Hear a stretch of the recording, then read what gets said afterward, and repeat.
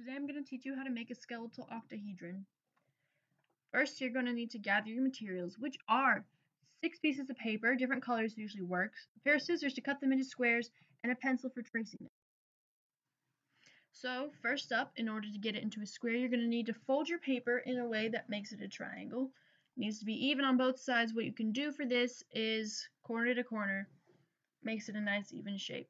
Make sure when you fold you make a nice tight crease and get your paper lined up so that it's not uneven. Adjust it how you need to, just to make sure when you eventually fold it into the shape that it's not going to be all messed up and crooked, because that really will get on your nerves, I promise you. Fun fact while I'm at it, kami, the Japanese word for paper, also means the same thing as God or spirit, and that's just really cool to me. So you're going to take your pencil, trace along the line of where you folded. That helps you get a nice clean line for where you're going to cut so that you're not making it all crooked and uneven, which is really nice. Just check one more time to make sure you got that crease, that nice line, and you can begin to cut. While you're cutting, try really hard not to shake the scissors so that you're not cutting it crooked. I probably am, but it's okay. We make mistakes. We live and we learn. So, as you can see, it's a nice square. What you want to do is fold it back over, check for any uneven spots, and you're going to trim those off nice and neatly. Prevent any mistakes from happening, because those are never fun, are they? So, once again, open it up, check the crease, you should be good. So what you're going to do next is fold your paper corner to corner on both sides. You're going to do this for every single sheet of paper, which you're going to do the same thing for cutting too. Just because you want everything to be nice and even, double check your folds, make sure that there are no parts sticking out unnecessarily, and check those creases to make sure they're working. After that, you are going to flip the paper over and fold side to side on both sides. This is just to help make the paper easily bendable so that it fits into the shape that we're going to try to get into next. You are going to do this for every single sheet of paper once again. Just make sure you remember that. And just really carefully get everything lined up so that it's not all out of shape and bent up weird. What you do next is you're going to take the corners from the diagonal piece and gather them in your hands and squish them together. This is why we folded side to side. It makes nice creases, as you can see, and you're going to smooth out those creases to make sure they stay. If you've got any issues with them being uneven, just go back and try and fix the cuts as most as you can. If you squish it like this, it'll make it so that it is more of an X shape. And then you're going to gently slide the different colors into each corner.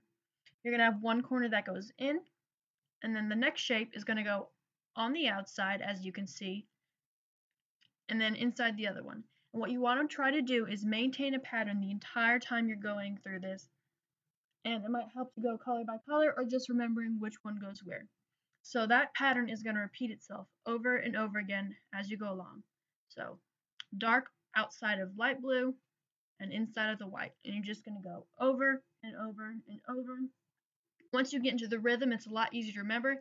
The first few times you do this, you're likely to take a longer time, maybe mess up. If you feel like you need an extra pair of hands, perfectly normal. I had to the first few times. But once you really get into the swing of it, you start going faster and faster each time, and you don't need as much help.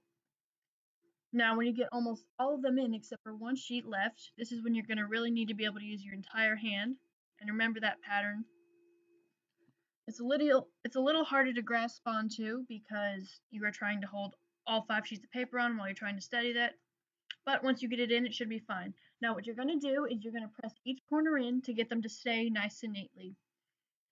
We're not using glue for this, which is especially for origami. So now, if you want to add a little bit extra color, you're going to need stamps, glue, and an extra sheet of white paper. What you're going to do is take the different stamp pads and rub them all over the white sheet of paper, just in a random pattern. It doesn't have to be any specific colors. I'm choosing different shades of blue because my octahedron happens to be blue and white. And you're just going to smear those randomly. It doesn't have to be in any particular order. They don't have to look too nice. You don't have to do this, but it makes it look a lot more interesting, which is fun. Now, once you're done smearing those, it should look a little something like this, just a bunch of random smears and stuff.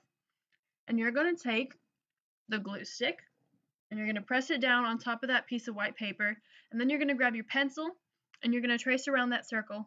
And once you've done that a bunch of times, you cut them out, take the glue, and then just glue them around in a random pattern on your octahedron, and it will look really nice in the end. Just do it like that, repeat it.